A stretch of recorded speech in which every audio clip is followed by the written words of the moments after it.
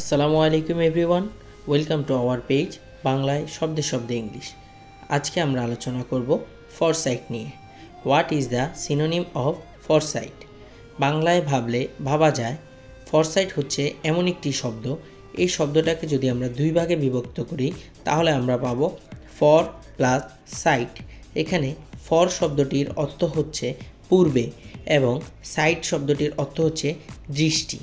যে কোনো কিছু আগে দেখাই হলো দূরদৃষ্টি, অর্থাৎ ফরসাইট শব্দটির অর্থ হলো পূর্বদৃষ্টি অথবা দূরদর্শিতা এবং এর সিনোনিম হচ্ছে ভিশন।